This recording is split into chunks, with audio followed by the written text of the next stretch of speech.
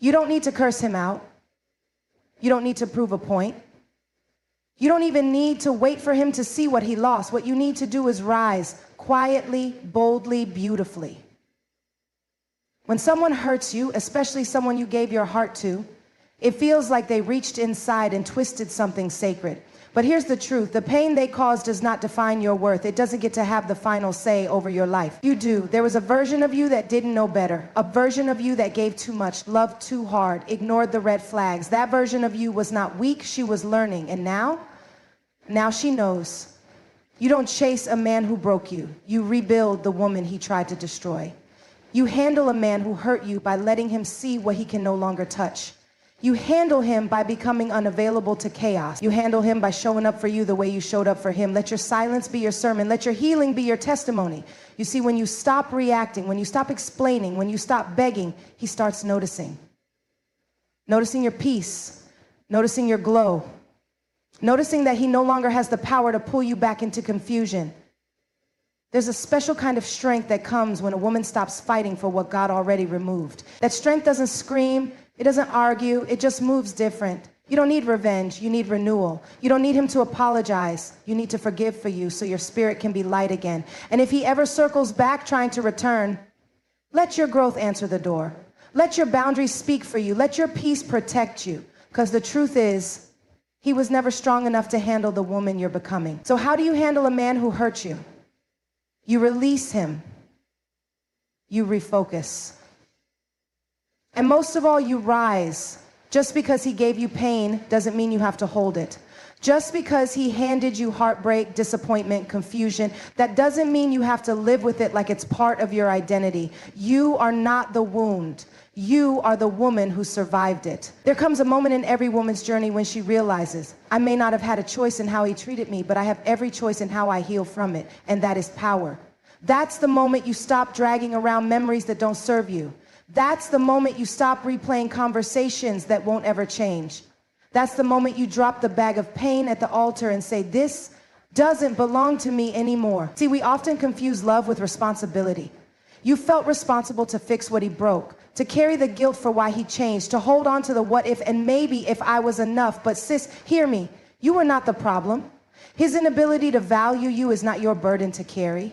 His betrayal is not your weight to bear. You don't have to carry pain like it's your punishment. You can lay it down and walk in peace. You can breathe again, smile again, dream again. Let him carry what he created. Let him sit with the silence he caused. Let him deal with the consequences of hurting someone who only wanted to love him right. Your job now is to set yourself free, not by pretending it didn't happen, but by choosing that it no longer has power over your future. The pain he gave you, that's his legacy. But the healing you choose, that's yours. You don't have to carry what's not yours anymore. You are allowed to drop it, bless it, and move forward with nothing but grace in your hands and fire in your spirits. Closure doesn't come from him, it comes from your healing. Closure doesn't come from him, it comes from your healing. There is a misconception that closure is something we get from others, that if we get the right words, the right apology, the right explanation, somehow we'll feel whole again. But the truth is, closure is not something anyone can give you, it's something you give yourself. We often place our healing in the hands of the person who hurt us, waiting for them to fix what they broke, to say the words that make everything make sense. But here's the harsh reality. They may never say those words. They may never apologize. They may never acknowledge the hurt they caused. And if you're waiting for them to come back with a neat little bow of an explanation, you will spend your life in a cycle of waiting for something that may never come. Closure is a decision, not an event. It's the decision to stop waiting for the apology you may never receive. It's the decision to stop replaying the moments where you feel abandoned, betrayed, or misunderstood. It's the decision to stop allowing your peace to be dependent on someone else's action. You see, healing doesn't begin when he admits his wrongs. Healing begins the moment you stop depending on him to make you whole. Healing begins when you choose to stop allowing his actions to define your worth. Healing begins when you make the bold decision to say, I am worthy of peace, of joy, of freedom, whether or not he ever recognizes what he took from me. Real closure happens when you accept that you cannot control how someone else feels about you, but you can control how you respond. Real closure comes when you realize that what they did to you does not determine your future. You don't need them to understand your pain to heal from it. You don't need them to validate your emotions for you to move forward. You need only your own courage to walk away from the past that no longer serves you. True closure is when you stop giving him the power to influence your future. Is when you reclaim your narrative, when you decide that the story he wrote for you doesn't have to be the one you live out. You write your own chapter, and in that chapter you heal, you grow, and you thrive. The longer you stay waiting for his version of closure, the longer you stay stuck in a place where you can't move on, where you can't grow, where you can't become who you were meant to be. The moment you decide that your healing is in your hands is the moment you finally set yourself free. So stop waiting for him to make it right. Stop waiting for him to give you the answers. Stop waiting for him to validate your feelings. Your closure is found in your healing, in letting go of the belief that you need him to understand or apologize for you to move on. Let the peace you've been searching for come from within you, not from his words, not from his actions, not from his recognition. You don't need him to write the ending to your story. You are the author of your life. And when you decide to heal, when you decide to choose your peace over the past, you will find closure waiting for you on the other side. Your silence speaks louder than your reaction. Your silence speaks louder than your reaction. In moments of hurt, betrayal, and frustration, our instinct is often to react. We want to shout. We want to prove we're right. We want to make the other person feel what we feel. But here's the thing about reaction. It's temporary. It's a burst of emotion that, no matter how loud or intense, fades away. It doesn't leave a lasting impression on the person who hurt you, and most importantly, it doesn't heal the wound inside of you. But silence has power. Silence carries weight in ways that words never could. Your silence is not weakness, it is strength. It is control. It is the act of choosing peace over chaos, of choosing to respond to pain in a way that gives you dignity, that gives you back your peace. Think about this. When someone hurts you, whether intentionally or unintentionally, their behavior is a reflection of them, not of you. But often we get so caught up in wanting them to understand how much they've hurt us that we forget to protect our own spirit. We forget that our worth is not defined by their actions, but by how we choose to respond. And sometimes the most powerful response is no response at all. In a world that pushes us to always react, to always speak out, to always defend ourselves and fight for validation, your silence becomes an act of rebellion. You are telling the world, and more importantly yourself, that you are no longer willing to waste your energy trying to prove your value. You are teaching the person who hurt you that their actions no longer have access to your heart. Their words no longer hold any power over you. Your silence is the ultimate boundary. It is you saying, you do not get to disturb my peace anymore. When you respond with silence, you force the other person to sit with the consequences of their actions. You let them see that they can't control you with their words or behavior. They may have expected you to react with anger or sadness, but instead you've taken your power back. And that silence speaks volumes. It says, I no longer need to prove anything to you. It says, I am at peace with myself and I no longer need your validation to feel whole. Your silence forces the other person to face the truth they were trying to avoid. It forces them to question their own actions, to reflect on the hurt they caused without you having to say a single word. It gives you the space to heal, to grow, and to protect your heart from any further pain. In your silence, you regain your strength. And here's the thing, your silence will echo long after the moment has passed. When you react, they see your hurt, but when you remain silent, they see your power. This silence doesn't mean you're weak. This silence means you are strong enough to walk away from unnecessary drama.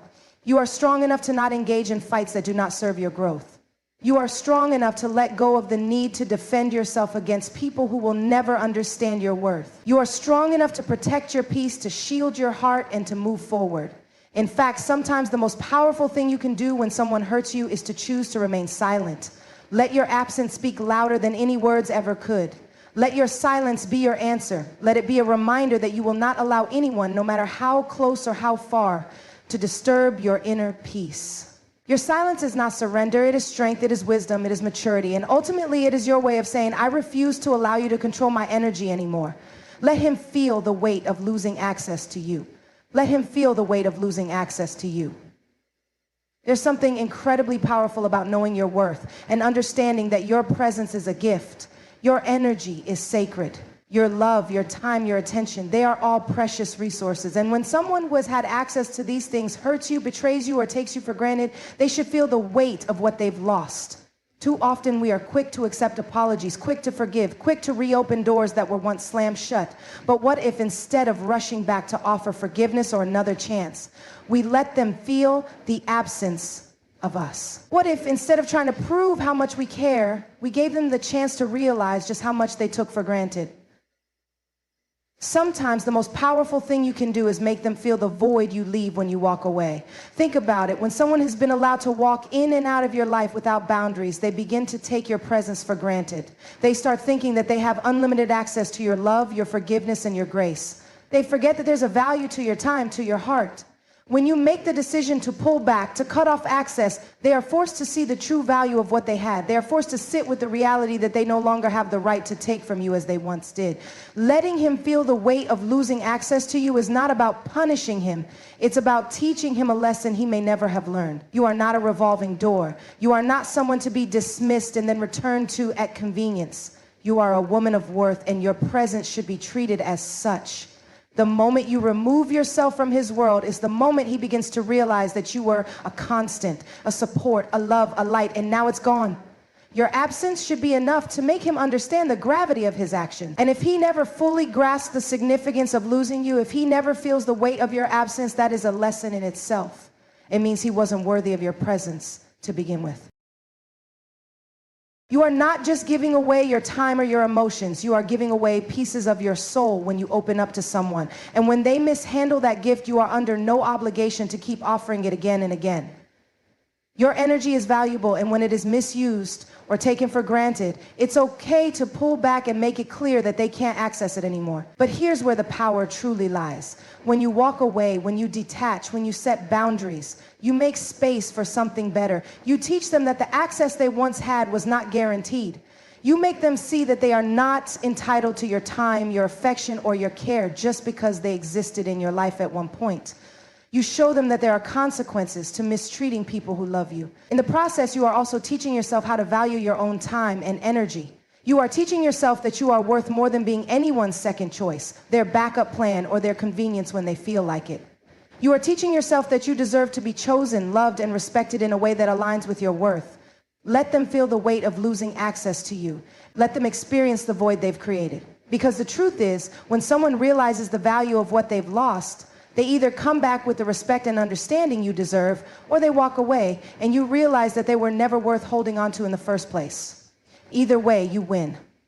You are not just a chapter in their life, you are the entire story. And when they can't see your worth, it's time for you to write a new chapter. One where you are the main character, one where you are not treated as an option, but as the priority. Let him feel the weight of what he's lost, and let that be the very thing that propels you into the life you deserve. One where your presence is celebrated, not taken for granted. Turn your brokenness into wisdom, not walls. It's easy to let heartbreak, disappointment, and pain turn into a defense mechanism. When life has knocked you down, when people have hurt you, when trust has been betrayed, it's natural to want to build walls. We build them high and thick, brick by brick, until we feel safe again. But what if, instead of building walls, we chose to transform that brokenness into wisdom? Pain is inevitable. We all experience it in different forms. Heartbreak, betrayal, failure, loss. And yes, that pain can leave deep scars. It can feel like you've been shattered into pieces, unsure of how to put yourself back together. But brokenness does not have to mean weakness. Brokenness can be a powerful force for growth. If you allow it to, your pain can teach you things that peace could never.